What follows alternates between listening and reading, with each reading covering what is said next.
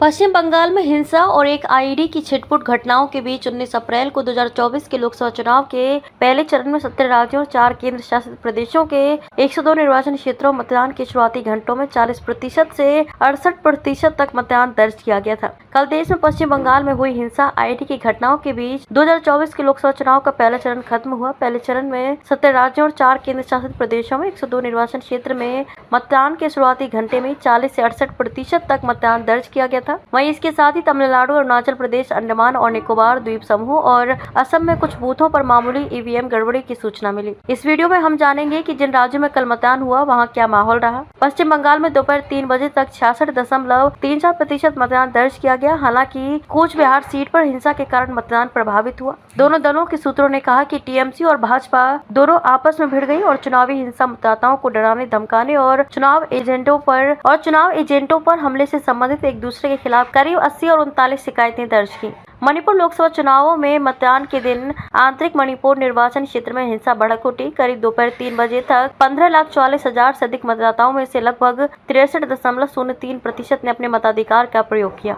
Inner Manipur Lok Sabha seat के तहत थोंगजू विधानसभा क्षेत्र में स्थानीय लोगों और अज्ञात व्यक्तियों के बीच विवाद हो गया। संघर्ष प्रभावित मणिपुर में शुक्रवार को विभिन्न मतदान केंद्रों पर कम से कम 4 इलेक्ट्रॉनिक वोटिंग मशीनें क्षतिग्रस्त हो गई, जहां लोकसभा चुनाव के पहले चरण का मतदान हो रहा था। इम्फाल पूर्व और पश्चिम में 4 स्थानों पर ईवीएम को नुकसान पहुंच गया है। एक मतदान केंद्र पर अज्ञात उपद्रवियों ने एक ईवीएम में आग लगा दी। इनर मणिपुर निर्वाचन क्षेत्र में कई स्थानों से धमकी और गोलीबारी की घटनाएं सामने आई, जहां शुक्रवार को लोकसभा चुनाव के लिए मतदान हुआ। वहीं छत्तीसगढ़ में नक्सल प्रभावित बस्तर लोकसभा क्षेत्र में मतदान के पहले 4 घंटों में 58% से अधिक मतदाताओं ने वोट डाले, जहां केंद्रीय रिजर्व पुलिस बल के एक सहायक कमांडेंट की एक तात्कालिक विस्फोटक उपकरण से मौत हो गई थी। बीजापुर जिले में नक्सलियों द्वारा लगाए गए आईईडी में विस्फोट हो गया। इस बीच नागालैंड में 6 जिलों में शून्य मतदान हुआ, क्योंकि मतदान अधिकारी बूथों पर 9 घंटे तक इंतजार करते रहे। लेकिन फ्रंटियर नागालैंड टेरिटरी की मांग पर जोर देने के लिए एक संगठन द्वारा किए गए बंद के आह्वान के बाद 4 लाख मतदाताओं में से कोई भी मतदाता वोट करने नहीं आया। जहां प्रधानमंत्री नरेंद्र मोदी के नेतृत्व में भाजपा के नेतृत्व वाला एनडीए मजबूत बहुमत की मांग कर रहा है, वहीं विपक्षी भारत गुट के घटक 2014-2019 के चुनाव में हार का सामना करने के बाद वापसी की उम्मीद कर रहे हैं। जम्मू कश्मीर की अगर बात करें तो बारिश के बीच जम्मू कश्मीर की उधमपुर लोकसभा सीट पर शाम 5 बजे तक 65% मतदान दर्ज किया गया। अधिकारियों ने कहा कि उधमपुर में लोकसभा चुनाव के पहले चरण में शुक्रवार शाम 5 बजे तक कुल 16,23,000 पंजीकृत मतदाताओं में से लगभग 65% ने मतदान किया, जबकि जम्मू कश्मीर में पहली बार कोई घटना मुक्त मतदान हुआ। अधिकारियों ने कहा कि भारी बारिश और तेज हवाओं के कारण निर्वाचन क्षेत्र के अधिकांश हिस्सों में खराब मौसम का सामना करते हुए मतदाताओं को मतदान शुरू होने से पहले मतदान केंद्रों की ओर जाते देखा गया।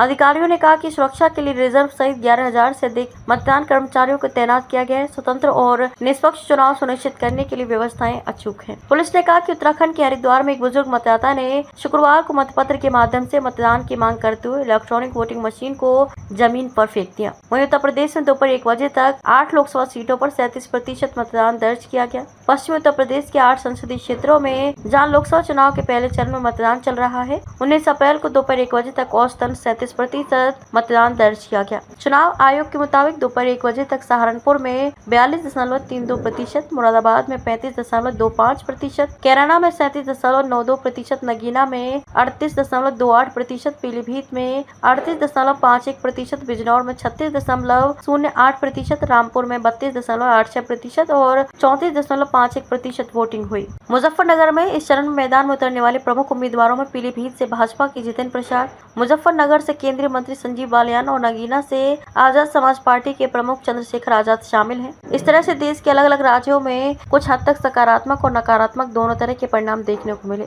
जहां कुछ राज्यों ने एक तरह से लोकसभा चुनावों को पूरी तरह से बॉयकॉट कर दिया, वहीं कुछ राज्यों में बढ़ चढ़ कर चुनाव में हिस्सा लिया। आपको बता दें कि 19 अप्रैल से देश के विभिन्न राज्यों में लोकसभा चुनाव आरंभ हो चुके हैं। इसका पहला चरण 21 राज्य और केंद्र शासित प्रदेशों में समाप्त हुआ। लोकसभा चुनाव 2024 के लिए मतदान को 7 चरणों में विभाजित किया गया है। अब देखना ये होगा कि आने वाले चुनाव में बाकी राज्य किस तरह से अपना प्रतिनिधित्व दर्ज कराते हैं। तब तक के लिए राजनीति और देश दुनिया से जुड़ी तमाम बड़ी खबरों के लिए हमारे YouTube channel changing future news को सब्सक्राइब करें। वीडियो पसंद आया हो तो उसे लाइक और शेयर करें। धन्यवाद।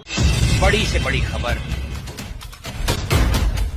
क्राइम से लेकर राजनीति तक किस नेता ने 5 साल में क्या काम कराया।